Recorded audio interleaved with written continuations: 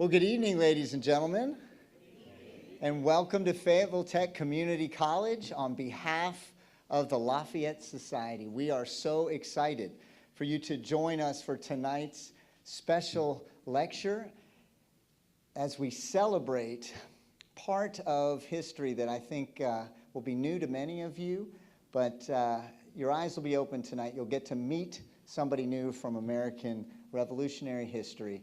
And it's my hope that you'll walk away from tonight not only knowing somebody new, but sharing his story. I want to share a quote from the Marquis de Lafayette. "The moment I heard of America, I loved her.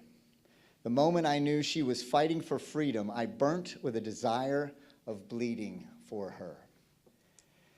My name's Scott McCosh. I'm the Senior Director of Military and Veteran Programs here at Fayetteville Tech. And Lafayette, the 19-year-old warrior that joined the American cause, is an amazing story. But tonight you're going to get to hear about another Lafayette whom we are excited to introduce to you. But before we do that, we want to say a special thank you to our senior administrators here at Fayetteville Tech who have come out to support us tonight. So Dr. Murdisworth, our senior VP, thank you so much. And next to her, causing trouble, Dr. DeSandra Washington.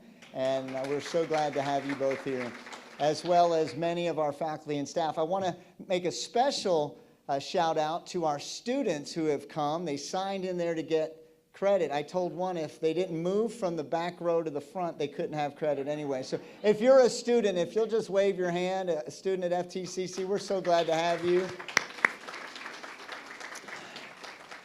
And before we get started with too much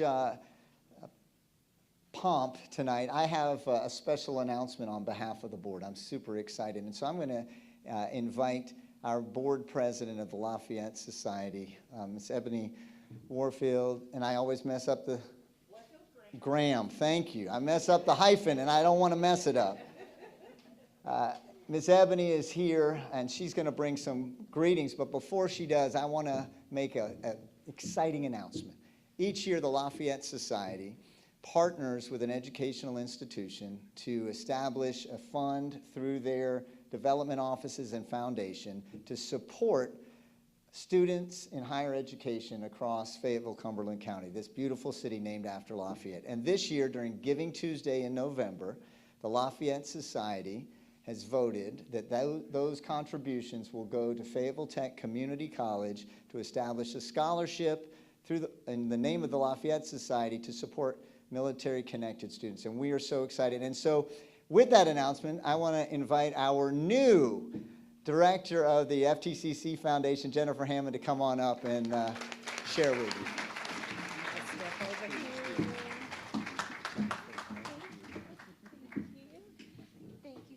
Hello, good evening. My name is Jennifer McFadden Hammond. I'm the executive director here at the FTCC Foundation.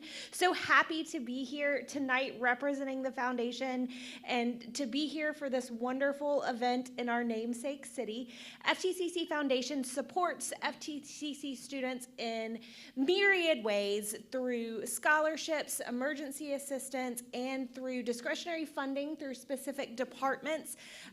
We are so very grateful that you all included us in giving your treasures, and hope to be very good stewards of the fund that you raised in the name of Fayetteville Tech and to support those military affiliated students. So thank you so much.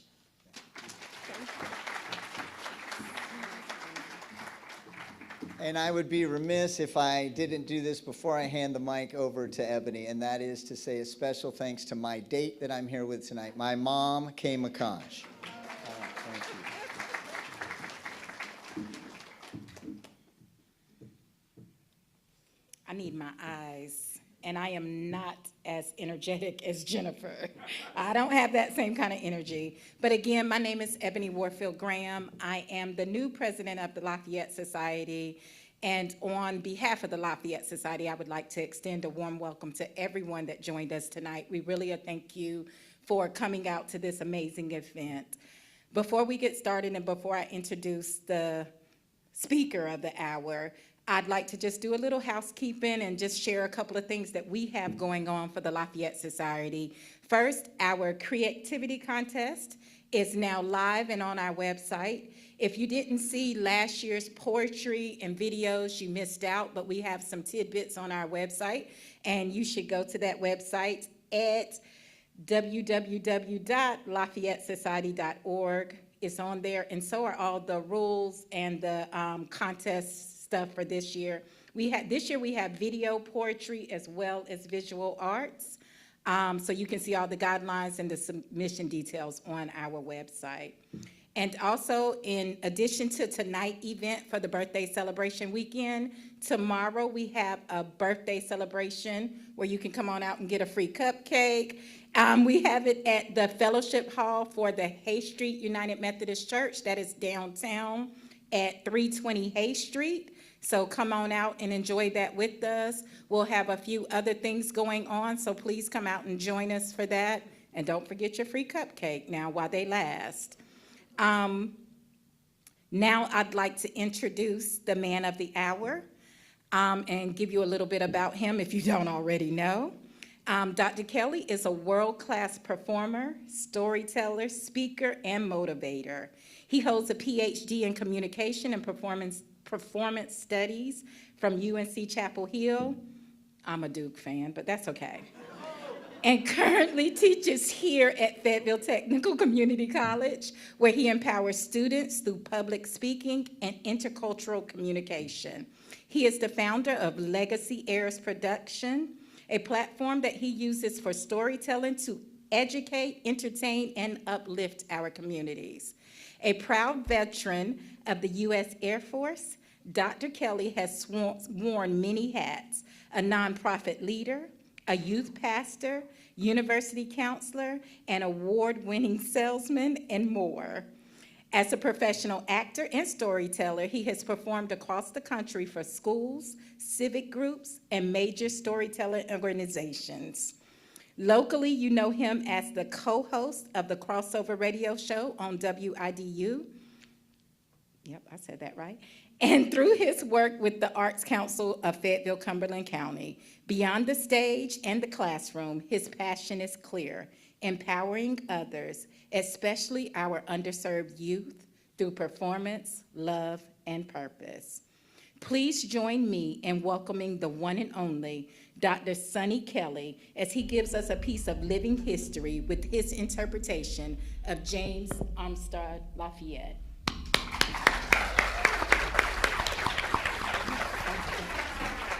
Thank you, Madam President. Hail to the Chief.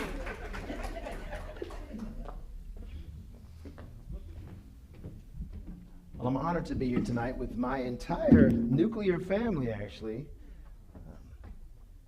I want to just recognize Langston Kelly on the flute and vocals. Sterling Kelly on audio-visual technology. So let's get started. It's storytelling time. Now, when I say it's storytelling time, I want you to say, tell me a story. It's storytelling time. Tell me a story. I said it's storytelling time. Tell me a story. I said it's storytelling time. Tell me a story. Son, let's tell them a story. In 2026, this nation will celebrate the 250th anniversary of its founding. And I am honored to be a part of what is called the 250 Project. And what we found is that though this founding was uncertain and precarious, this perfectly imperfect project called the United States of America was born on July 4th, 1776, when that Second Continental Congress adopted the Constitution. So to this end, I worked with the North Carolina Department of Natural and Cultural Resources, the State Archives, as well as the State Library, to put together a piece called The Ongoing Fight for Freedom, Stories of Black Veterans. But tonight, we have something special for you. I've been able to work closely with my colleagues, Dr. Christopher Thrasher and Scott McCosh, to curate a special story just for Fayetteville, just for the Lafayette Society. We call it The Tale of Two Lafayettes. This, everyone, is an opportunity for all of us to come together to celebrate our heroes, foreign and domestic, free and enslaved, those who risked life and limb to fight for this land of the free and home of the brave. Men like Marie, Joseph, Paul, Yves Roche, Gilbert du Motier, Marquis de Lafayette.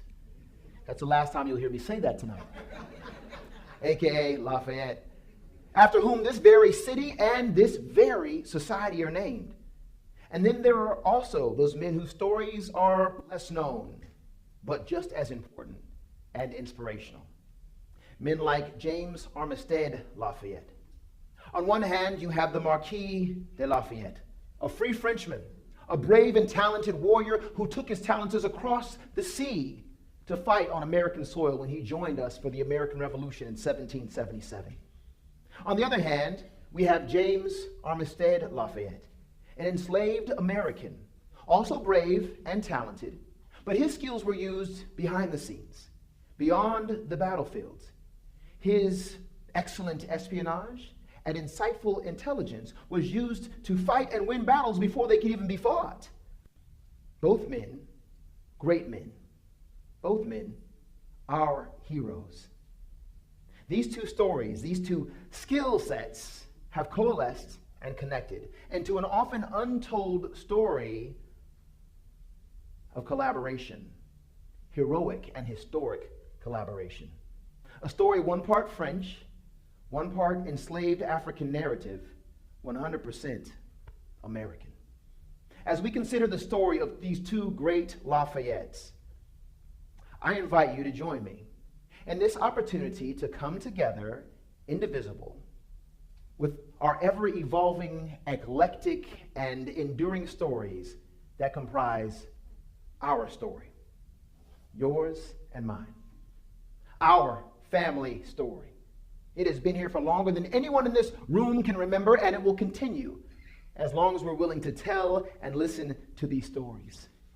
We are the embodiment of our forefathers' commitment to these self-evident truths that all men are created equal, although they didn't mean all men at the time, or any women before the amended sequels. Once alienated from my own unalienable rights, here I stand, a product of our ancestors' struggles and plights. From indentured servitude to expanding frontiers, from chattel slavery to the Trail of Tears, from migrating multitudes facing xenophobic attitudes, they live in you and me. It's like Sister Maya Angelou once raved, bringing the gifts that my ancestors gave. I am the dream and the hope of the slave. I am. You are. We are the dreams and the hopes of our ancestors, yours and mine. And what I want us to remember tonight is that these stories that collide and coalesce and collaborate, like the Marquis and James, they are the stories of a warrior and the stories of a spy, the stories of a French mercenary and of a Virginian patriot. For centuries, the U.S. coins and bills have been minted with that famous term, e pluribus unum, out of many, one. Every individual story makes the whole stronger and richer. Ironically, I was reminded of this by a foreigner on American soil, much like the Marquis was when he came to fight in the Revolutionary War. Back in 2018, a Nigerian author and speaker named Chimamanda Ngozi Adichie came to the first public university in the United States of America, also known as the University of North Carolina, Chapel Hill. And as a graduate student, I was pursuing my PhD with the post 9/11 GI Bill. And I remember hearing Chimamanda Ngozi Adichie say, stories matter. Stories can break the dignity of a people, but stories can also repair that broken dignity.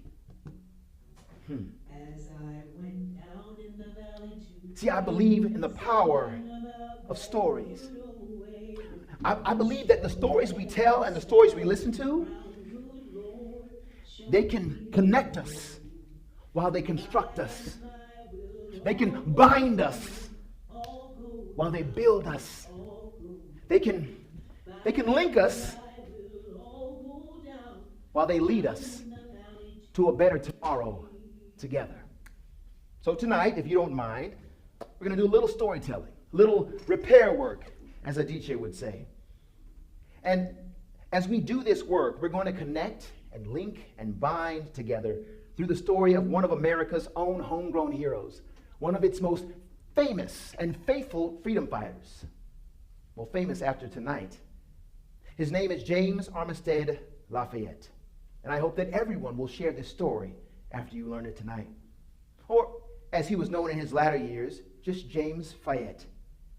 And on a personal note, as a U.S. Air Force veteran, as the son, grandson, and great-grandson of Army, Navy, and Marine veterans, and the proud husband of a recently retired Air Force officer. Yes, please. It is a special honor for me to stand before you today to share this historic story of heroism and hope. But before we dig into those stories, I suppose I should start with my own story. And just how exactly the Marquis and James entered my life. So I'm going to take y'all back to June of 1998. Fewer wrinkles, more hair on my head, less on my face. I was an Air Force ROTC cadet graduating from the Stanford University, and at my commissioning ceremony, I recited the oath of office, transforming myself into an official U.S. Air Force officer. I, Sonny Kelly, having been appointed a second lieutenant in the United States Air Force, do solemnly swear that I will support and defend the Constitution of the United States against all enemies, foreign and domestic. My pop cried like a baby. Pop was a barrel-chested, baritone brown brother from the bottom of Texas. And now, about 3 decades before, he'd said a similar oath when he became a Marine. Now, son, listen. It was tough coming up the way I did. I never wanted you to go through what I went through. I'm proud of you, son. And listen, America's a great country, but I never knew how great America could be till I got out the South. Now, you got to remember, my father was raised in the deeply divided, legally segregated South, Texas, in the 1940s and 50s. And so the things we see on TV about the civil rights movement, he lived through his childhood and teenage years. And well, somehow he still found a way to be one of the most patriotic people I've ever met. My father loved his country so much that he served as a Marine of all things. It was hard work. It was dedication. But he loved his country. And unfortunately, sometimes he didn't feel like his country loved him back. So the Marines for him was, in some ways, a form of escape. Ironically, the son of a man who escaped the South in the 60s to join the Marines would return to the South in the 90s on purpose with the Air Force. I became an intelligence officer. So my first station after gaining a premier education in international relations at Stanford University was at Goodfellow Air Force Base in San Angelo, Texas, the very state from which my father fled. And I was put through a 9-month graduate level program where we learned how to collect, interpret, and disseminate information to the warfighter for maximal success. And yet I think about James Armistead, no formal education, enslaved, and yet with expert skills. This man collected, interpreted, and disseminated invaluable intelligence and information to the American warfighters during the Revolutionary War that arguably led to the very winning of that war. My first duty station was right here in Fayetteville, North Carolina, the land name for the Marquis himself. And I didn't want to be here.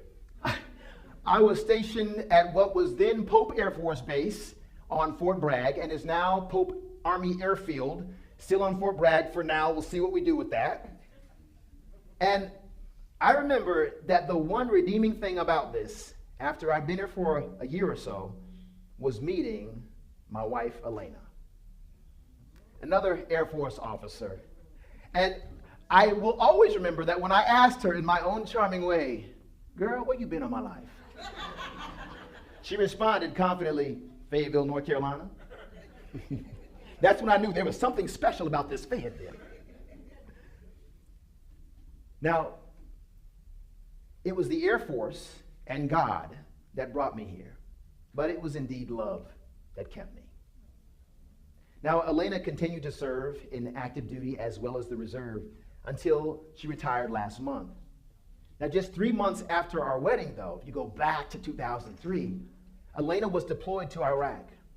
And I watched as this courageous woman, she switched out of her hand-selected wedding gown for government-issued desert combat uniform without hesitation. And together, along with many other brothers and sisters in arms, Elena and I, we faced the global threats that came with the time when we served, spanning multiple continents.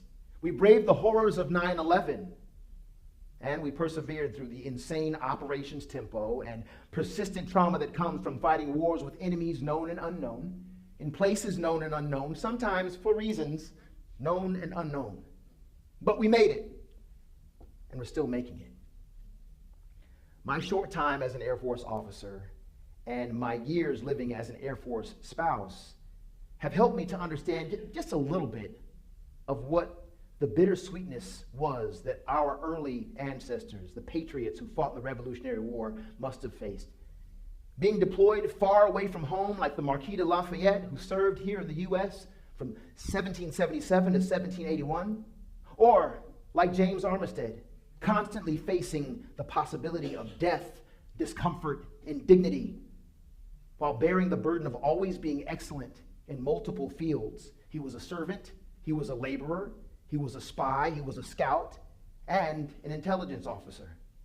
These men lived out the Air Force values that I was trained to live by: integrity first, service before self, and excellence in all that we do. I just want to say that it is my honor to stand upon their shoulders and to find solace in their shadows. Their stories find roots in patriots who fought for freedom before they were even born. And they have forged new routes that converge and coalesce with our stories today. So, if you don't mind, tonight I just want to take us on a journey to explore those historic roots that forge these heroic routes of the two famous Lafayettes. I'm especially honored tonight to be a part of a long legacy of over 300 years of black veterans, men and women, who have fought, like James Lafayette, fought since the foundation of this nation and before for its most valued ideal: freedom. They call me Freeman. That's a name that many of us around here have taken to calling ourselves free men, because that's what we are. We weren't all slaves, you know. And see, my great-grandparents were sold here as indentured servants back in the early 1600s. Now see, back then they worked in rice fields. Rice was the cash crop in the colonial North Carolina. And then my grandparents and my great-grandparents, they worked long and hard from sun up to sundown. Heat so sweltering it would swallow you whole. But they worked long and hard enough to buy their freedom. So I was born free. So we took to calling ourselves free men. Now most of us don't know, can't quite recall, or can't quite pronounce the surnames of our African sires. So we just call ourselves what we are, free men. And that was a problem for many of our white compatriots. A lot of them didn't want their slaves getting the wrong idea. They created here in North Carolina, Virginia, all through the South, some of the worst slave codes you can imagine. A slave code is a law that you make to make sure that slaves stay slaves and free Negroes stay in their place. We weren't allowed to vote, hold office. We couldn't bear arms, couldn't even meet in groups. Now, we all knew when to meet down over by the brush arbor for a little fellowship. But they demeaned us with their laws. But let me tell you, when they needed us, when the French or the Spanish or the local Indian tribes waged war against them, guess who they conscripted into their militias? We've been fighting right alongside them. Now, sometimes people ask me, they say, Freeman, why do you stay here? You can ask me. Go ahead and ask me. I'm glad you asked. Because it's home. My people have been here for longer than many of these other people. I love this place. And don't think we didn't fight back. Oh, we found our way to fight back, like the Stono Rebellion. Stono Rebellion back in South Carolina, 1739. They say it all began with a slave from Angola named Jimmy.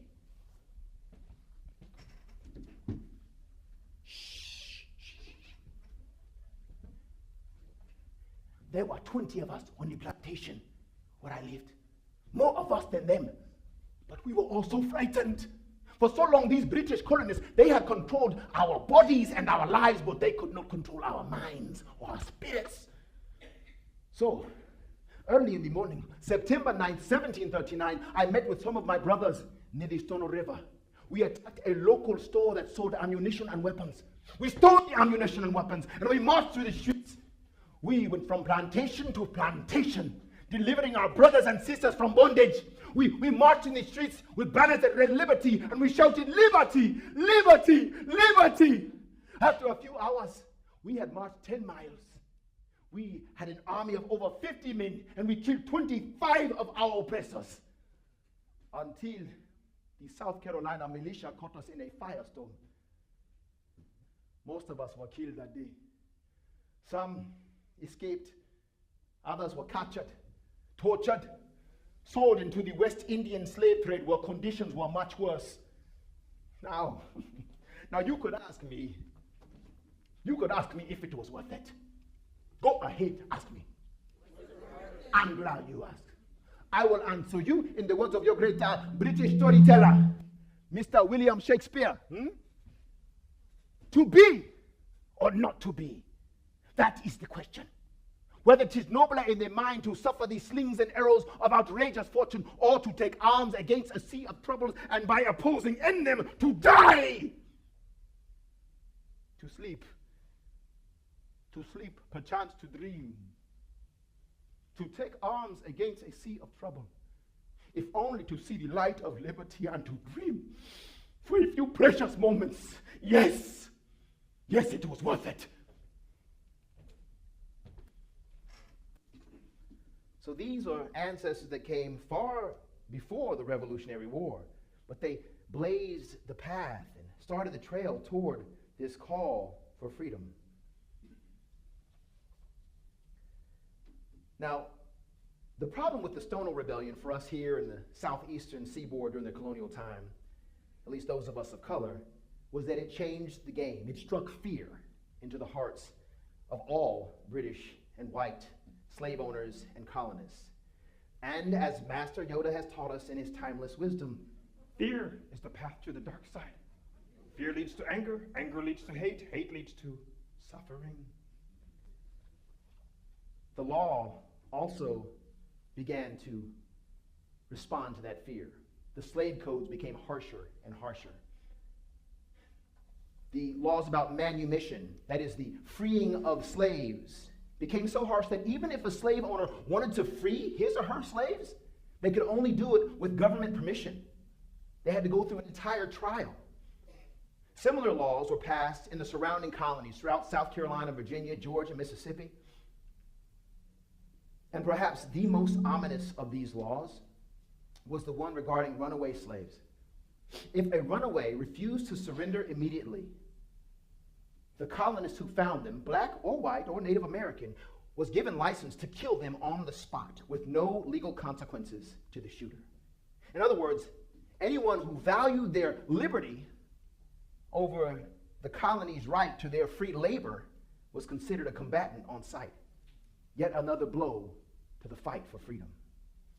Now, by 1757, North Carolina was home to over 40,000 people of African descent.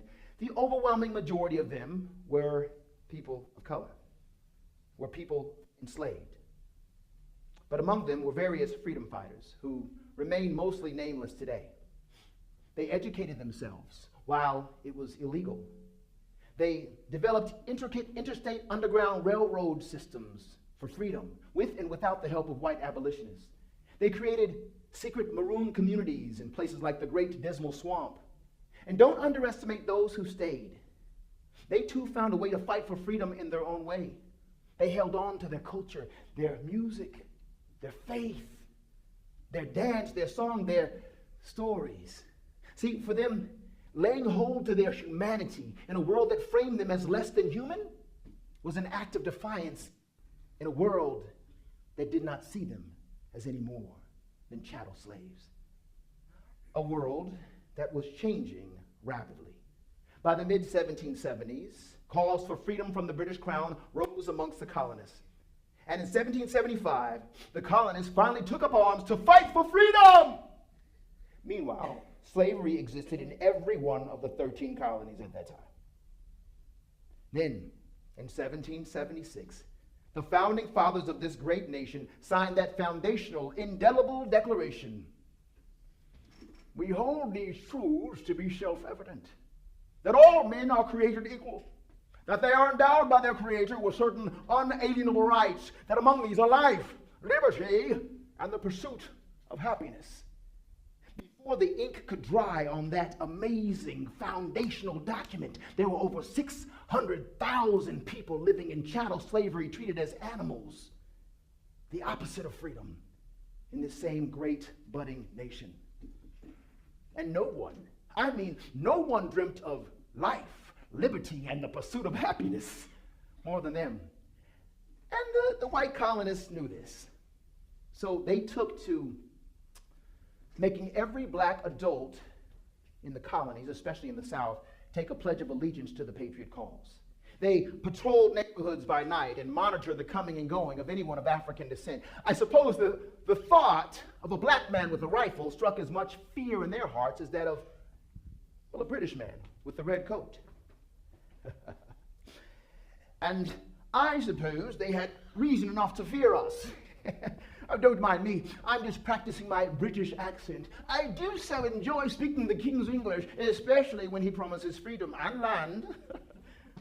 Sergeant Thomas Peters, reporting for duty. I was stolen from my native Nigeria when I was a young man, sold to a farmer in Wilmington, North Carolina. But I always had a taste for freedom. So when I heard that the British had made it to the Cape Fear coast, spring of '76, I'll never forget it. I broke away from my master along with dozens of others, and we joined a group called the Black Pioneers. We specialize in espionage, sabotage, and trailblazing. We proved to be quite the thorn in the side of the rabble-rousing revolutionaries. Meanwhile, up in Norfolk, Virginia, the Royal Governor Lord Dunmore took to offering to all indentured servants and enslaved people of the colonial rebels freedom if they would take up their arms and fight for His Majesty's crown and dignity. Hundreds of men gathered from all around the colonies and joined Lord Dunmore's Ethiopian regiment. Across the chest of every Negro soldier were the words, "Liberty to slaves." We fought long and we fought hard. But as you know, we lost. And I remember the day when we evacuated New York, 1783. I was blessed enough to make it on a ship that was headed to Canada. But all of my brothers and sisters did not make it. I remember watching from the deck of that ship as I saw my brothers and sisters still in chains, throwing their bodies into the ocean, swimming after the ships to no avail. I made a vow to honor their memory. So when we were in Canada, I became a leader of the Black Loyalists, and I ensured that these brothers of ours, the British, that they kept up their promises. And my persuasive work, well, it served me well. Because in 1792, 1,200 of us were relocated to our own country. It was a British colony known as Sierra Leone. We finally had a place to run our own lives in freedom. And finally, after 30 years, I was back home in my native Africa.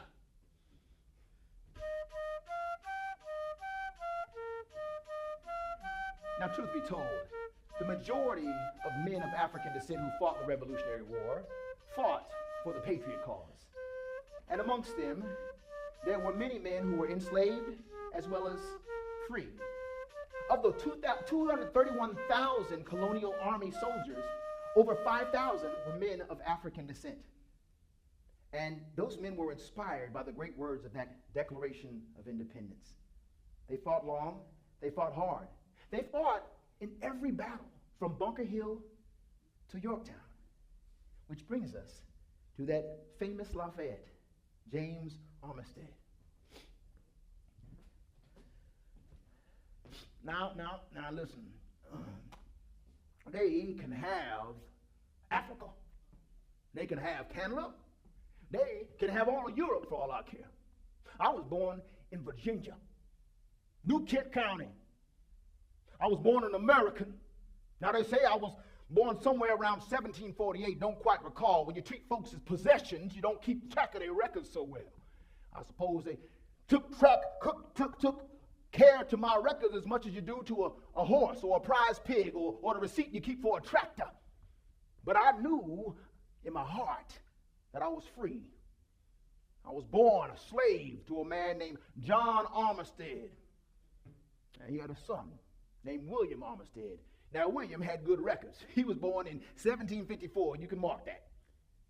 But William and I, well, we were playmates as kids. As a matter of fact, I was more like his big brother than a slave, if it makes sense to you. Any reading I learned, and any writing, I was right by William, learning. And well, when we got older, William had this spark for freedom, he called it. He wanted to fight for this new country. Well, I didn't have a choice. His daddy had assigned me to be his servant, so I went with William wherever he went, looked after him, pulled him out of messes, like a big brother should. Well, when he decided to join the Virginia militia, I was right there with him. We was in Williamsburg. He became a supply officer, and I became one right with him, just writing down the notes, covering all the supplies. Well, when the capital moved from Williamsburg to Richmond, I was right there with him. I remember, not long after we moved to Richmond, January 5th, 1781, that rascal, that turncoat, that traitor, Benedict Arnold, led a group of troops to burn down Richmond. They burned our buildings, they killed the civilians and the soldiers. They gathered up all the tobacco, threw it into British ships. They robbed us of our dignity and our livelihood. I'll never forgive them for that. To this day, I hate a traitor. Well, we escaped, but we never stopped fighting. And when I learned that my master, John Armistead, had died in 1779, I knew that William and I had only each other. Little brother, big brother, servant, master, but more importantly, compatriots. That spark hit me too. I had a fire for freedom that rose up inside of me. And well, when I heard that General Lafayette himself, America's favorite freedom fighter, was coming to Virginia, I went to William. I said, William, I got to go. I asked him for permission to go and serve General Lafayette. Of course, being the patriot that he was, he released me. I went on to General Lafayette's camp. He was there in New Kent County, the same place where I was born. And I reported for duty. General Lafayette was very gracious and shrewd. He saw I had a skill. He saw that I knew the terrain like the back of my hand, so I could be a scout. He saw that I could speak well. I could count. I could read a little. I could write a little. So he put me to work as a courier. I would travel back and forth between the generals and the battlefields and the field officers, and I would pass the messages. Well, I got to be so good at it that old Lafayette, that sly fox, he had a plan for me. He had a plan for us. See, we had been losing the war this time. We had General Lafayette. We had General Washington, of course. We had the French army and the French navy supporting us, but that was no match against the British. They were the strongest army and navy in the world at that time. They were pummeling us at every battle, beating us down, beating us to every chase. Well, Lafayette had this idea. If we could get an inside man, maybe we could turn things around. I was up for the challenge. So he sent me down to that old rascally scoundrel's camp. I hesitate to say his name, General Arnold. He was now a general in the British Army. I reported to Benedict Arnold's camp right there in Richmond. I remember it was a hot and muggy July evening. I came to him as the night was starting to cover me. He goes there. I I just run away from my master. See, Lafayette had this great idea. While he disagreed with most of the colonists about abolition, he wanted slavery to be over. He thought if we could use that as an angle, we could get into the British camps. So he had me pretend to be a runaway slave. I said, I run away from my master, but I want to serve you. I want to be loyal to the king. I almost threw up in my mouth when I said it, but I had to say it. What is your name, boy? James, my master's Armistead. He's a rebel, and I want to fight against him. Please, what are your skills, boy? Well, sir, I can read a bit, I can write a bit, or I know this terrain like the back of my hand. I could be a scout, whatever you need. Follow me, boy. Don't you know they took me right into the tent of General Arnold himself? There he was writing some papers and shouting out commands like he was somebody. It took everything in me not to slit his throat from ear to ear. But I knew my job was not to kill, it was to steal. So while my brothers in the colonial army wore their muskets and their battle armor, I put on a new uniform. I learned to serve with gentility. I also learned to listen. So as I was serving and scouting and guiding, General Arnold thought I was on his side. But at night and through little notes, I would pass messages over to Lafayette, who could figure out what General Arnold was going to do before he even did it. Matter of fact, we got so good at it that in July, General Lafayette attacked General Arnold, ambushed his camp. He was totally unawares. He barely got away by the skin of his teeth. It was like a cat and mouse game. See, I would set him up, they would knock him down. Well, at that point, General Arnold knew he had to get some help. So he went to Lord Cornwallis, also known as General Cornwallis, who was down in Hampton Roads for support. Well, of course, me being his top servant and scout, he brought me along. And so, before I knew it, General Cornwallis took me in, and he named me one of his top servants and scouts. I was getting pretty good at this thing. Well, after a while, I would give the information to the Americans and steal the information from the British.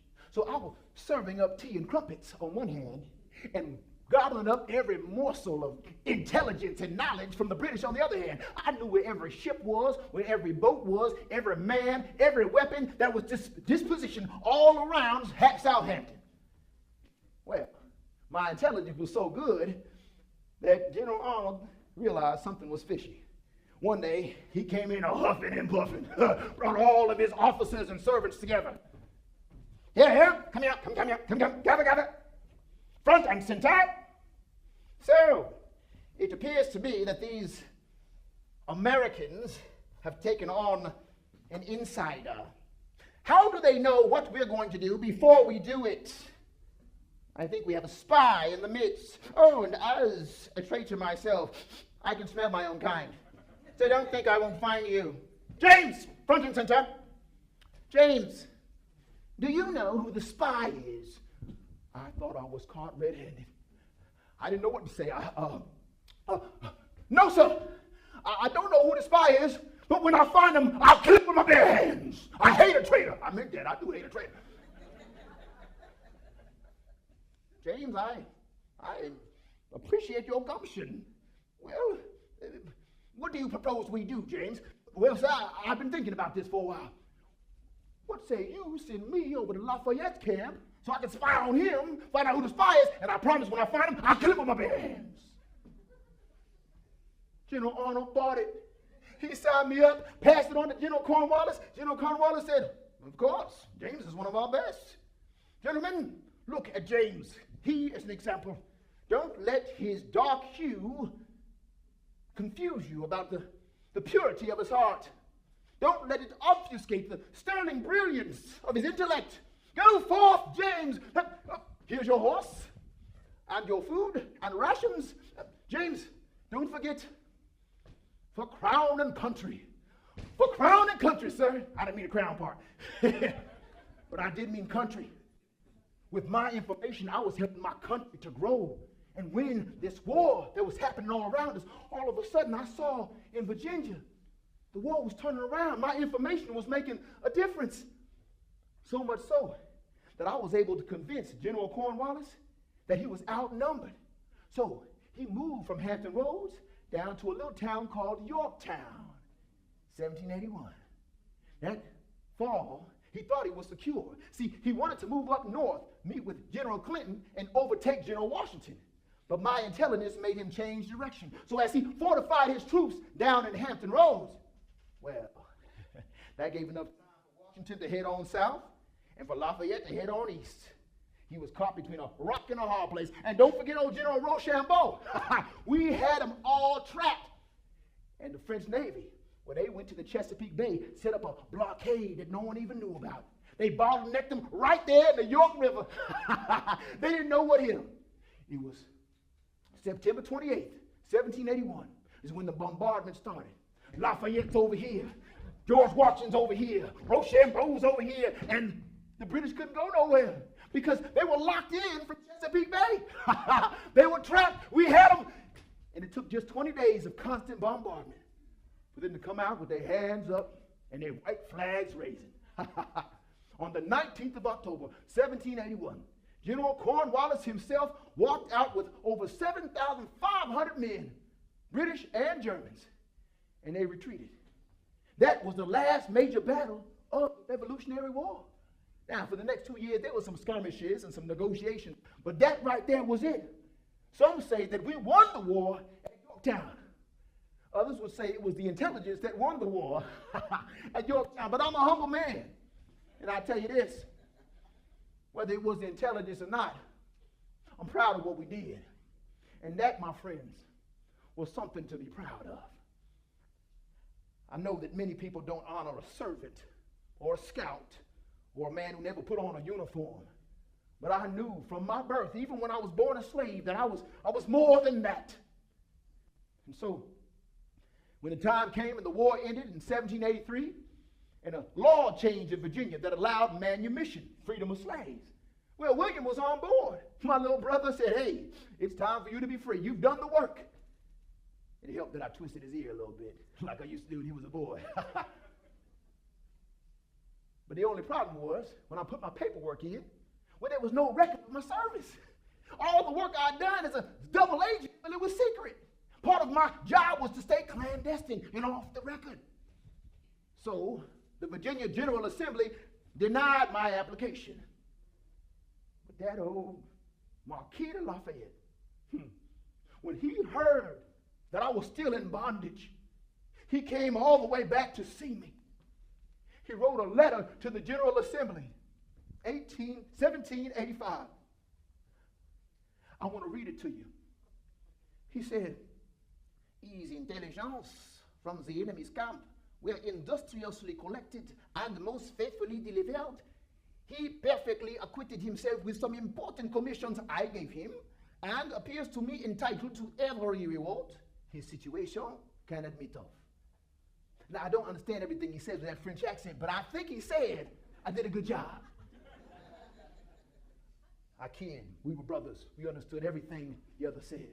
The fact that this white man would take his time to come back to my hometown and write his support for my freedom, that meant the world to me.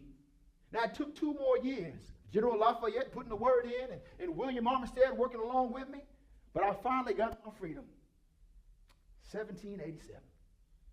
And one of the first things I did was I changed my name from Armistead, which was a slave name, to Lafayette, my new name of freedom, my chosen name. Now, when I sign it Fayette, but I answer to Lafayette as well. But I would take my proudest moment was in 1824. I was an old man. I would be gone in 6 years from there.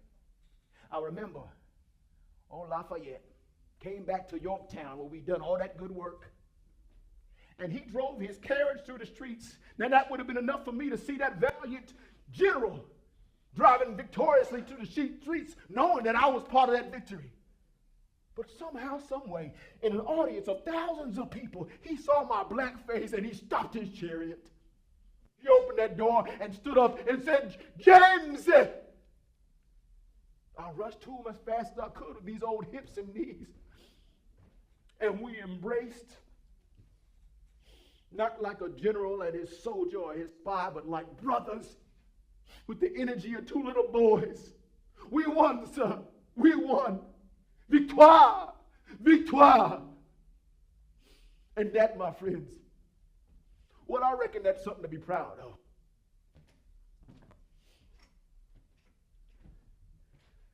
So as we wrap up this amazing story of James Armistead Lafayette and the Marquis de Lafayette, I want us to remember that tonight is about more than just a story. It's about our history.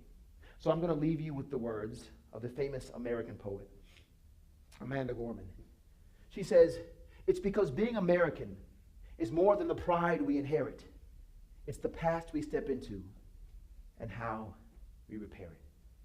This story is about much more than two Lafayettes. This is a story about the power that every one of us has when we will muster our courage, face our fears, get over our differences, start to tell our stories and listen to our stories, and engage together in the ongoing fight for freedom. For we hold these truths.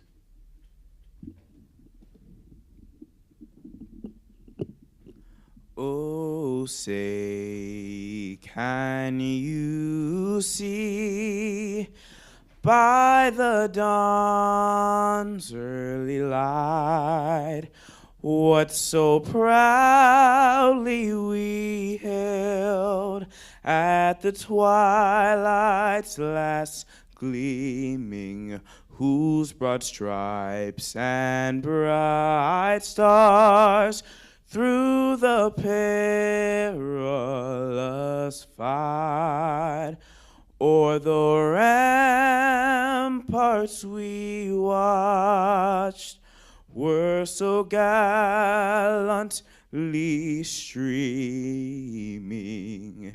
and the rocket's red glare, the bombs bursting in air, gave proof through the night that our flag was still there. Oh, say, does that star-spangled banner yet wave o'er the land of the free and the home of the brave?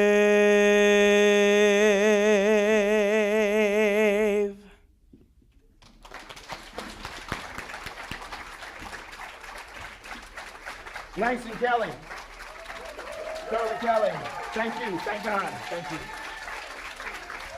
Thank you, thank you. I will tell you, in the spirit of that wily double agent James Lafayette, I did have a little trick up my sleeve. I wanted to hear my son sing and hear in this new body, this young body, this new song and a new meaning that he can bring to it. But also it makes for a standing ovation automatically because you're right up. You may be seated. God bless you all. Thank you for coming. Thank you. Tracy, you know whether you remember me. I do. Good to see you. Thank you. We want to thank our technicians, Justin Longley. Thank you, sir, for getting these mics right. And the visual, thank you. Is that Janan Warren back there? Thank you, Janan. And I don't say this lightly. I want to truly thank Colonel Scott McCosh and Dr. Christopher Thrasher. They literally came to me with this idea and said, "Sonny, what do you think? I know you're pretty dynamic. Would you like to do something?" I'd heard of James Armistead Lafayette, but I did not know the story. So I'm grateful that I've been given this gift from God to just bring some meat to the story. But it was these guys who had the vision, and they just had faith in me. They said, we'll get the space and put Sonny up there and see what happens. So thank you. Thank you, sir.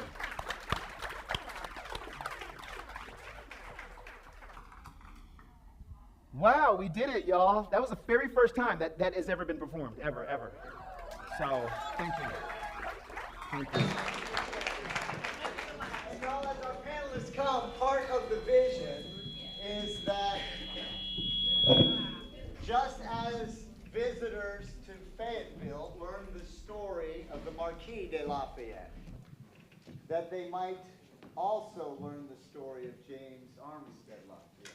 So it's my hope that this will be the first of many performances that Sonny does, but also that it's something that we can capture, that Fayetteville and Cumberland County can allow it to be told to all who come through. So help us make that happen, and you'll find out more about ways to do that in the future. We are so excited. You, as well, can become a part of the Lafayette Society. It sounds fancy. I was the third string speaker that they got at the last minute. When Dr. Thrasher struck out with a couple generals, he said, I know a colonel, didn't know it was a chaplain student necessarily, and ended up on the board. So I'm excited to have a distinguished panel tonight. So if our panelists would come and join Dr. Kelly so we can have a little Q&A. Come on up here, y'all. Now, these are real historians. I just played one on TV. Good to see you, sir.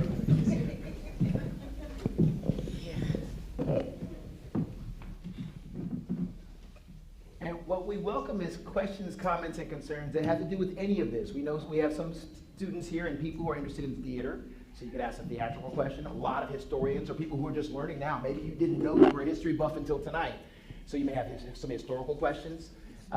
Or anything, even about the Lafayette Society. And so, if y'all wouldn't mind just introducing yourselves and saying what the part you play here, so that folks know the capacity which you'll be speaking. Sure. Let me. Does this work? Okay. Everybody hear me?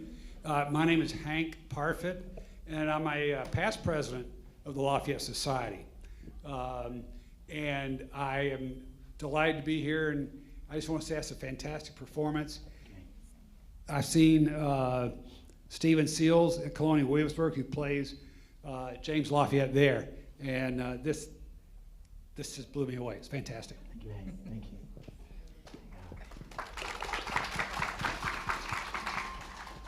Again, my name is Ebony Warfield Graham, and I am the current president of the Lafayette Society. And again, amazing. You all almost had me in tears, and I don't like to cry.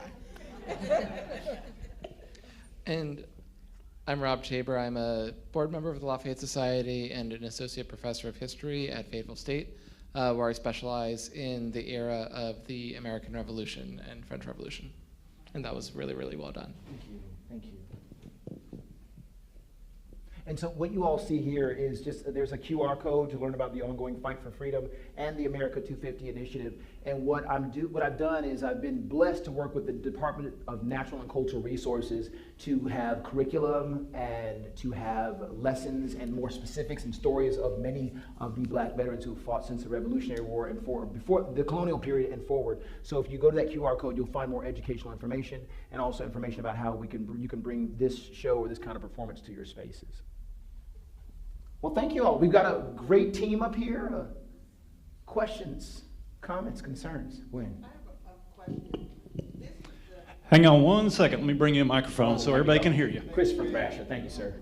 Oh, thanks, Chris. So this was the first time that you did an in-depth look at James Armistead Lafayette. It is. Correct. Okay. When you were doing your research concerning him, what were some of your sources? So, ironically, if you go to the History Channel, they have some great information. Yeah. But also, Dr. Thrasher, he actually found there was a book that he found that had some nuance, some fictional elements, but it was based loosely on the experiences of James. So I saw some of his close calls and try to embody that. And also, if you go to the Department of Natural and Cultural Resources, and of course the Lafayette Society, every time you go to one of your events, you see his picture up there. So I've seen his face, and so as a person who does this kind of work, I knew who he was. So that was the beginning of the conversation. But going into the archive and looking at, like I said, the History Channel and watching a few of the videos and seeing some of the videos from historic Williamsburg, I actually watched those performers and watched and heard historians talking about him. And there were some different takes. One person said he couldn't read, another person said that he could read, and I think that, kind of like what he says, the records are so inconsistent, you can't tell for sure. But I knew he was close to William, and they grew up together. I had a feeling he could at least, make out some letters. So, and because he was so effective as a spy, I knew that much of what he did had to depend on some phonics, some understanding of the symbols, the written word, I should say. So I had to guess at some of those things because there were some narratives that conflicted or kind of muddied the waters a bit. Y'all can help us to clarify those things. I believe for his master, he did a lot of the inventory and ordering of supplies and that sort of thing. So he definitely had some skills with mathematics and English language. So I don't know how, like you say, the documentation is lacking as it was for a lot of enslaved men and women. But I think you have to assume that he did speak and write. And I think that was, and that's what I played into the piece. I think that was an asset to the British and to the Americans, right? You can read and write. We can do some things here. They didn't realize it was also a threat. And I think he could read, with the British, he could probably read and write a lot better than he let on. But with Lafayette, he probably was writing whole tomes like, hey, check this out, because he wanted to perform the best he could. And he probably got even better amongst the American soldiers. Oh, yeah, thank you.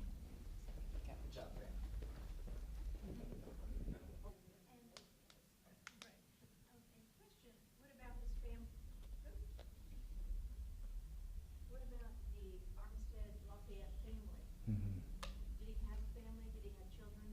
And so I'm going to yield to you all because the research that I saw indicated that he did have a wife, and on record there were possible children, but it was inconclusive. We do know that we've had connections to some of his descendants. I don't know if they're here tonight. I know we were hoping to have somebody come tonight to share about that lineage. So I don't know much. What do you all know any more about his lineage?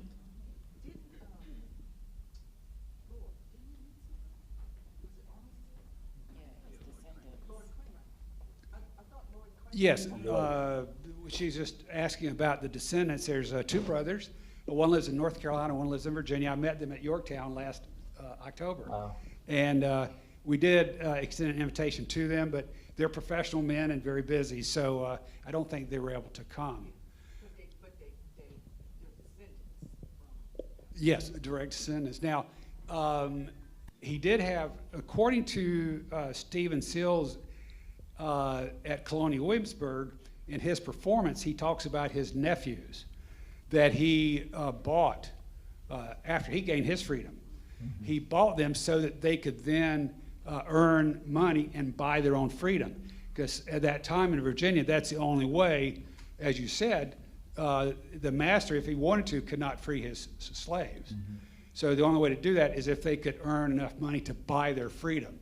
And then if you had a master who was willing to accept terms of payment, then you could do that. So he did do that, and his nephews did win their freedom. As far as sons or daughters, I'm not sure. Yeah. Hank, I'm glad you mentioned that as well, because a couple of sources mentioned that he became a slave owner, and they just left it at that. And I think that's very irresponsible and dangerous to just say that. Well, it wasn't so bad, right? It was a form of building community, right, and solidarity, and saying, well, if this is the best way for us to stay in community, I'll be your master on the books, because manumission was not easily done or accomplished, especially not by a black man. Thank you for clarifying that.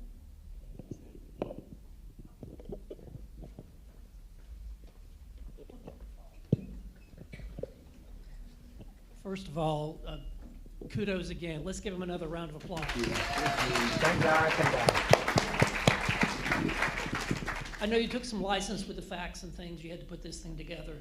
But I wasn't clear about the reunion. Did that actually happen, and when was that? It did. So it was, I don't know the exact date, but it was in 1824. So we estimate that he was 70 years old when that happened, or in his 70s. And it was in Yorktown. So it was a commemorative parade. Hey, we won the Battle of Yorktown. Lafayette's the hero. So he's going through the streets. I know there were over 1,000 people. I don't know the exact numbers, but there was a newspaper article. It's just so beautiful. I should have put the clip up of the newspaper article. It just says, the two, Lafayette called him forth and the two embraced. So that's all I know, but I can only imagine what these older men were feeling as they reunited. You have any more details, y'all, about that encounter? Madam President. Excuse me, would that be during the tour? It would be. 1824, 1825? Yes. Yeah, we've been on the tour. Yeah, it would have been during the bicentennial tour. When Lafayette came back, he was invited back by John Quincy Adams. Who invited him back? James Monroe. Monroe invited him back in celebration of the 50th ish, and came back and toured, visiting every single state, bankrupting the territory of Alabama. They threw such a big party for him. But what was interesting too was America by that point was becoming increasingly racist as we move into the Civil War, both in the North and the South, just very strong social lines between white and black. But shared military service was one of those transcendent things. And so this is something that Lafayette continually did on his tour, but especially with James, reaching out to old battle companions, people he had served with, fought alongside, and it kind of shook up some of the society folks at the time, but they couldn't say anything because it was Lafayette. I'll point out that also Andrew Jackson, who we do not think of as a bleeding heart liberal, when he was in New Orleans, called up some of the black veterans of the Louisiana Native Guard who had fought so bravely during the Battle of New Orleans, who were men of color of Haitian descent, and said, I want to honor them. They're my brothers in arms. They're my fellow veterans. They did so well here. And people couldn't deny General turned President Jackson either. But yeah, so that's part of the social context for that embrace. Yeah. I'm glad you pointed that out, because one of the main significant factors of Lafayette's farewell tour, and the reason President Monroe invited him was because the nation was deeply divided. There had been a bad depression in 1819. The United States was deeply divided over race. The Missouri Compromise, of course, was 1820. And there were deep political divisions. It was the first presidential race where none of the candidates had actually served in the American Revolution. And Andrew Jackson, I think probably safe to say, was the first populist presidential candidate. And the election had to be thrown into the House of Representatives because nobody had won a majority out of the field of 4 that they started with. So Monroe envisioned Lafayette as an area that everyone could agree on, could help unite the country.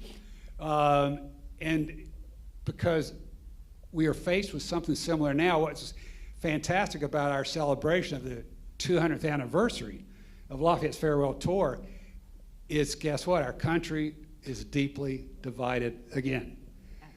And I think the Fayetteville State Chancellor said it very well just 2 years ago, that Lafayette is kind of a safe ground to discuss issues that can be very, very divisive and emotional, because he was such a champion of liberty and freedom and equality.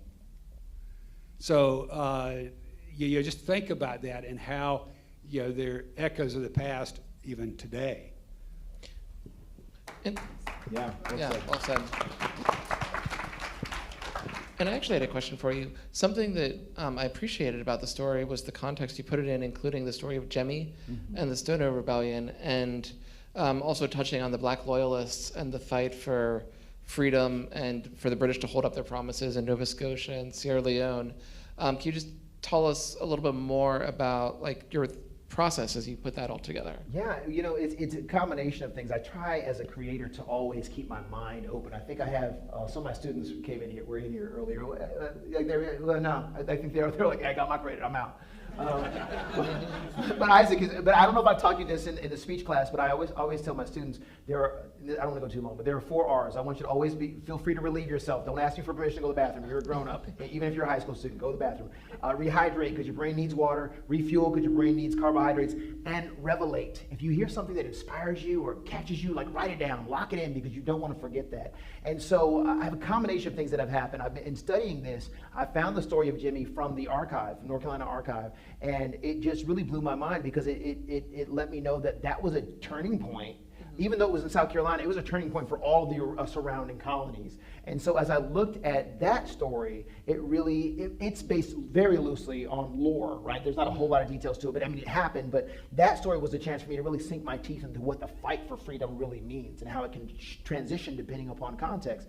But the story of Sergeant Peters, Thomas Peters, that was a beautiful story I did not know existed until my colleague Christy Norris, who runs the education program at the Department of Natural and Cultural Resources, had found that. It was part of the curriculum material they brought up. And I just read that and I thought, that's amazing. And then one of my good friends, let me just name drop, Sterling K. Brown, has recently produced a show on Hulu called Washington Black, about the Black community up in Nova Scotia and how they started a community there. And there's still Black people in Nova Scotia now that continue to walk in a certain level of dignity and also a historical understanding of who they are because they were allowed that space, because they fought for it and they earned it. So the research I've done in that area has been just from these different elements that as I learn about something, I hold on to it.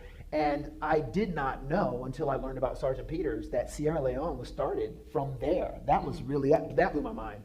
Because I mean, you think of, I tell kids who are of African descent who watch my shows, you come from something. You all come from something, but I think kids of African descent oftentimes don't hear that.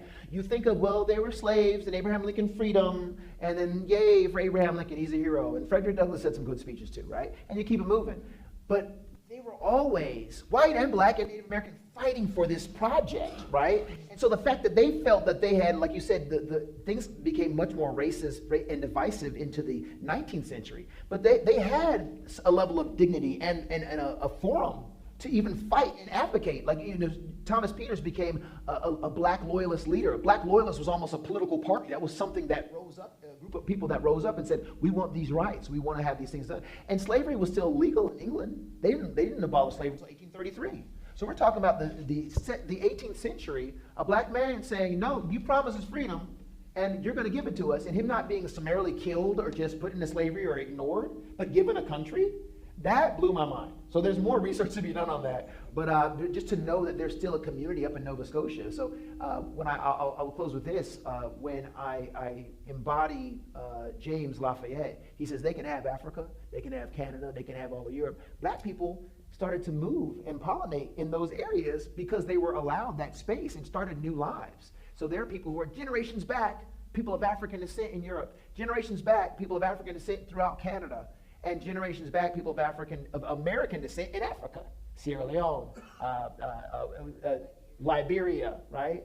And so it's just exciting to know that it wasn't about just being a possession, being freed, and now figure it out. There have been agents of change throughout the world. Thank you for asking that question. Yeah. And I got to let people know I know Sterling K. Brown, I too. So I want to dive in a little bit more to this bond of military service in this town. One of the reasons that Fayetteville is diverse as it is because one of the ways still to win American citizenship is to serve in her armed forces. Mm-hmm. And so would you all as a panel talk a little bit about that, this tie, of course, between the two Lafayettes, but I think the tie even today of those that have come from so many places that have chosen then to serve our nation in the cloth of our nation, as we say, and then have chosen to stay here in Fayetteville and how that impacts the place that we call home. I mean, one of the things that I just kept thinking about, and this ties to Fayetteville, I promise, is when you get to World War I and World War II, you have all of these African American men and women who serve. And major Black newspapers such as the Pittsburgh Courier specifically starts what they call the Double V campaign. We're going to fight and we're going to win a victory over fascism overseas, but also a victory over fascism, meaning Jim Crow, at home. And that the truest act of patriotism is to perfect our country and to create a more perfect union in that way. And so I was just thinking about that when you're also talking about the North Carolina Black Veterans Project that you're doing for the 250th, where some of the biggest pushes come out of the Black community of we need to fulfill these promises. One of the Black patriots, he he's a little bit of a Yankee, he's up in Connecticut, is Lemuel Haynes, who's the first black man to be ordained as a pastor in what becomes the United States. And he writes this letter called Liberty Further Extended, where he's talking about breaking down the Declaration of Independence. He's like, here's how we make this real. And it wouldn't be me if I also didn't bring in that as part of the French military assistance, there were also troops that came from what would become Haiti, who served on the Patriots side at the Battle of Savannah. And in the 1990s, a group of Haitian Americans financed a statue commemorating these Haitian freedom fighters, in a statue in one of those squares in downtown Savannah. They've got all those little pocket parks, remembering that, because I pulled out my phone and took a picture of the Yoda, fear leads to the dark side, because part of the reason we get this increasing racism in the 19th century is because all of a sudden after the American Revolution, you have the French Revolution, but then the Haitian Revolution, where it's like, okay, we're gonna demand absolute freedom, an end to slavery. And any ideas of, the American Revolution started this universal thing for a lot of white Americans, it's like, no. This is different. And we're gonna put more restrictions on citizenship. We're gonna put more restrictions on voting. We're going to pass these laws to remove the right to vote in the 1830s from black North Carolina men, and all this kind of thing, and redefine it around race. And so then we have to fight a civil war, and then pushing again and again and again. But one reason, I've lived in a few towns in the South. One reason that Fayetteville is a little bit more residentially integrated to come back to Fayetteville is because of VA home loans, right? And so the same redlining that you'll get, the same segregation that you'll get in other cities isn't as strong here because we have so many veterans who are buying homes across the town for the past several decades. And that allows us to create a more integrated community. Not that we're perfect, but a more integrated community from that baseline on up. So there's a very long professorial answer for you. That makes sense. Thank you.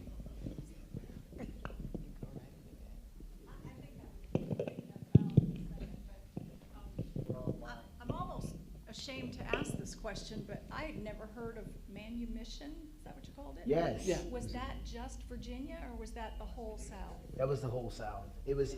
Now, I don't think there was one solitary policy, because every General Assembly for every state or every colony set their rules, but they tended to follow suit with one another. Because as they're watching this force rise up, free black people, communities. There's a man named Isaac Carter. And he's part of the Harlow Patriots, right? A whole community of strong men who came and fought the Revolutionary War, and they came back and put their funds and their pensions into their community and built it. That became scary, because if I want to own slaves, I can't have them looking across the thicket and seeing you being free over there. So every bit of protocol that you could put in to become an obstacle to freedom or to your self-understanding of humanity was enacted. So yeah, the limiting manumission became, I think I called it earlier, kind of brakes on abolition, right? So you could still do it, but you had to jump through so many hoops. So many hoops, so much red tape. And we saw that with the assembly, the Virginia Assembly being like, well, we don't have your military records, so we can't do it. The estimates we have is about 2% of enslaved people could be freed at some point in their lives, or would be freed at some point in their lives, between 1% to 2%, which is vanishingly small because of all of these restrictions that were put on there. But Fayetteville also had a free black community from very early on. We have Hiram Revels was born here, the first African American to serve as a U.S. Senator. We have the Leary family, one of whom was fighting alongside John Brown at Harper's Ferry, right? Again, I realize I'm at FTCC. One last FSU plug. We're one of the few HBCUs. We were one of the first HBCUs, historically black colleges or universities, that was founded by the local black community, especially in the South, putting their money together. And to have that kind of money, having those $137, in 1867 meant you had something going on before 1867 to be able to pull that together. And so that's really part of my pride in the Sandhills, is this was a place of liberty that you could find within, not perfect liberty, but people could create these spaces for freedom, even before the Civil War.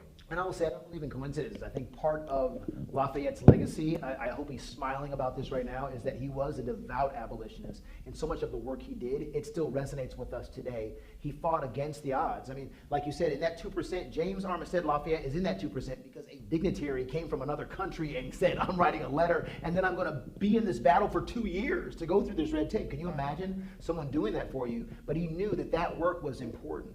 In addition to all the other work he did, even coming back and doing the tour to unite the country, it was unite the country and speak of and embody equality and equity. You know?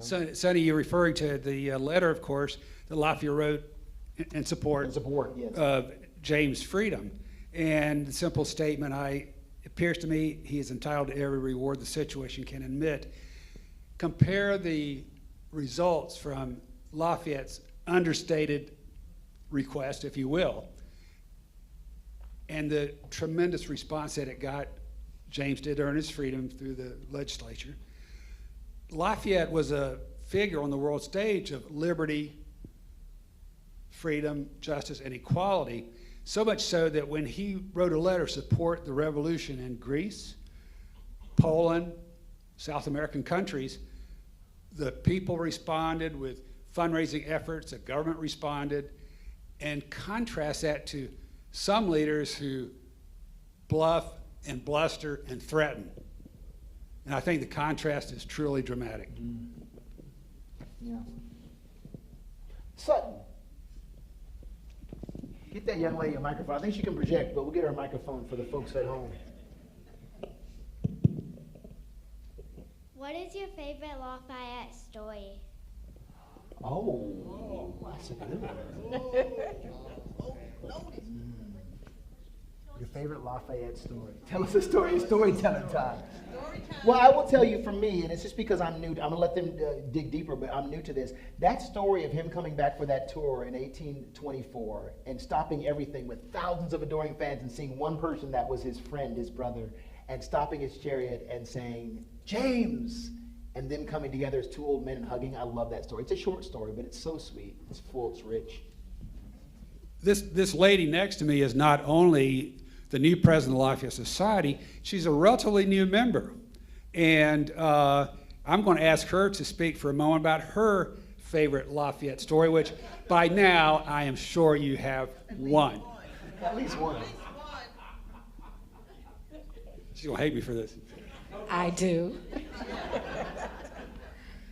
I don't know if I have one favorite Lafayette story. Like he said, I am relatively new and not a history buff at all. But my story is actually more of my story coming into the Lafayette Society. So for me, I'm not a history buff. Let me say that again. Not a history buff at all. But as I've come into this society and being part of the Lafayette Society, which you should all be members of the Lafayette Society, by the way. If you're not, make sure you go to our website. But for me, it was coming into this and learning about Lafayette, and not just learning about Lafayette from the individuals that are in the Lafayette Society, but seeing that they embody that. They embody the freedom, they embody being able to be a collective and enjoying each other. I was coming on board like, ooh, Lafayette Society, really? I don't know about this. But the way they embraced me, the way I felt part of the team, it showed me that what they felt about Lafayette, I needed to learn more about this man. So for me, it's just the experience I've had being a part of the Lafayette Society. Well said. Yeah. Resonates, right? Yeah. It's very recognizing. I want to say, if you haven't had a chance to visit the majestic statue of Lafayette downtown off, is it Grove Street there? Green Street. Yeah. Please go visit. You know, we've had a lot of conflict and dispute in this nation about statues. That's one statue I think we can all get behind. And it mentions that he was an abolitionist before his time, stood up against the tide. And so I love that. I love that statue. I love what it stands for, and I think we should celebrate those around the nation. The inscription we changed in 2017 to be more complete. That, as you know, was the horrible riot in Charlottesville. And that was one of the first times we saw these deep wounds open in our nation. over race, this severely in many, many years. And a friend of mine had said, you better watch out, they're going to tear down your statue there. I said, come on now. He was on the right side of justice, and it was the wrong war anyway. But it got me to thinking, and I talked to my board, and instead of just saying Lafayette, your birth, your death, we added what it says now, which is 25 words or less on why he indeed was such a true hero and opponent of slavery and oppression of all kinds, I think is my favorite part of that. So yeah, if you haven't been down there, just a real quick note about the sculptor. His name was Ferenc Varga, and he was born in Hungary. He immigrated to this country, to Detroit, and some of the outdoor statues in Detroit, many of those are his, including Revolutionary War hero, another foreigner, Casimir Pulaski, 16-foot tall statue. He was commissioned to a bust of Pope John, and it's in the Vatican now. So this is the guy who did the statue that you see in Cross Creek Park downtown. It is beautiful, and I'll bang our drum a little bit. The Lafayette Society renovated that whole area. Before, it was surrounded by a sea of thorny rose bushes and things like that. You couldn't even get near him. Yet he was the most approachable of all Revolutionary War heroes. Yeah. And we've renovated both sides now, so it is a welcoming, beautiful green space in downtown Fayetteville. We see people having picnics there, gathering. During the Black Lives Matter protest, they gathered there when they couldn't gather at the Market House. So, yeah, take a trip down there sometime. Sometime will be tomorrow as we celebrate Lafayette's birthday at 320 Hay Street at Hay Street United Methodist Church. So that'd be a good time to go there to the statue. It starts at noon and ends at 3, so you can go to the statue first, take you some pictures, and then come to Hay Street United Methodist Church Fellowship Hall at 320 Hay Street. Okay. Very good. Can I answer Sutton's question? Yes, sir, you can. So here's my favorite Lafayette story. So this is about a boy named Lewis who was growing up in Kentucky. And he had a family, some of whom were free, some of whom were Native American, some of whom were black. He himself was in slavery. And he wasn't sure how he felt about it. He kept getting sold to different families when he was growing up, when he was 7, 8, 9, 10 years old. When he's 14, he's sitting on a fence as Lafayette comes by on this big tour. And Lafayette sees 14-year-old Lewis sitting on this fence, and Lafayette takes his hat and tips it back at him as a sign of respect. And that was the moment the young Lewis said, hey, yeah, I don't like being a slave. I want to be free someday because I'm a person. And I'm going to be free someday. And he had all kinds of trials, tribulations, whatever else. He got married. His wife got sold down the river to the deep south. He got married again. He had a master who was really cruel to him. But eventually he was able to get his freedom, made his way to Massachusetts. And he was able to, A, make so much money, there's a house named for him. B, he started a bunch of important political clubs. And C, he was able to get himself elected to the Massachusetts state legislature so that he could pass laws to make sure that everyone was free. And it all started with Lafayette tipping his hat to him and him making a decision that he was going to build a better life for himself. That's my favorite Lafayette story. And with that said, I hope that in some way tonight, I, embodying James Armistead Lafayette, have tipped my hat unto thee to let you know you can do better, you can be better, and we're better together. Love y'all. God bless you. Thank you all. Hank and his bookstore downtown have brought some great resources that you can purchase. Books on Lafayette, but a children's book called A Spy Called James that he has. If you want to know more, grab a hold of those. They're at the table in the back. Take a look at the Lafayette Society. If you're on the board, if you would, just stand for me. If you're on our Lafayette Society board, thank these fine folks for all they do. And once again, will you stand to your feet and put your hands together and say a thanks to Dr. Sonny Kelly. And thanks to my partner in crime, Dr. Chris Thrasher, who is a professor of history here. Come out to FSU, FTCC, join our history programs, take a look at our communication programs where Dr. Kelly teaches. Come back to see us again. Have a great night. Be safe. Thank you.